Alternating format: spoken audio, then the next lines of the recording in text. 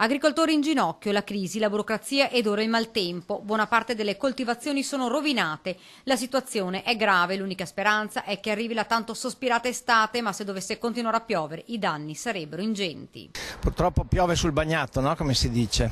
Al di là di tutte le problematiche che il mondo agricolo ha, questo meteorologico è un altro colpo molto pesante.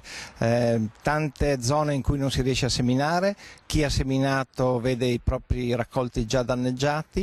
Sui frutteti e sui vigneti ovviamente questo perdurare della piovosità e dell'umidità sta creando ulteriori problemi, per cui non è certo un momento felice. Le zone più colpite, ci conferma il presidente regionale della Confagricoltura, sono quelle più basse della pianura friulana, dove i terreni sono meno permeabili.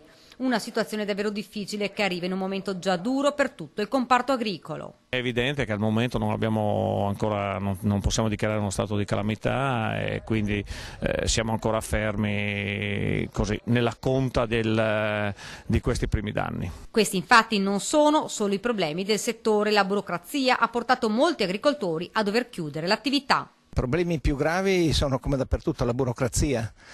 Noi abbiamo sempre più aziende che non ce la fanno più, anche psicologicamente. Ogni giorno devono confrontarsi con incombenze che non sono quelle di produrre e di vendere il proprio prodotto, ma che ormai sono assolutamente eccessive. È importante, ha detto il Presidente, mettere in campo una politica agricola pluriennale, adeguare l'attività di assistenza tecnica alle nuove esigenze delle imprese agricole, sburocratizzare. Proposta lanciata al neo-assessore regionale che annuncia presto ci saranno dei cambiamenti. C'è bisogno di un cambio di passo perché l'agricoltura e l'agroalimentare sono uno dei tre pilastri su cui questa nuova giunta regionale del Friuli Venezia Giulia vuole puntare, cioè appunto agricoltura e agroalimentare, turismo e un manifatturiero di grande qualità e capace di rimanere sui mercati mondiali. Ora tutti sperano nel tempo e poi sarà il momento più difficile, quello della conta dei danni.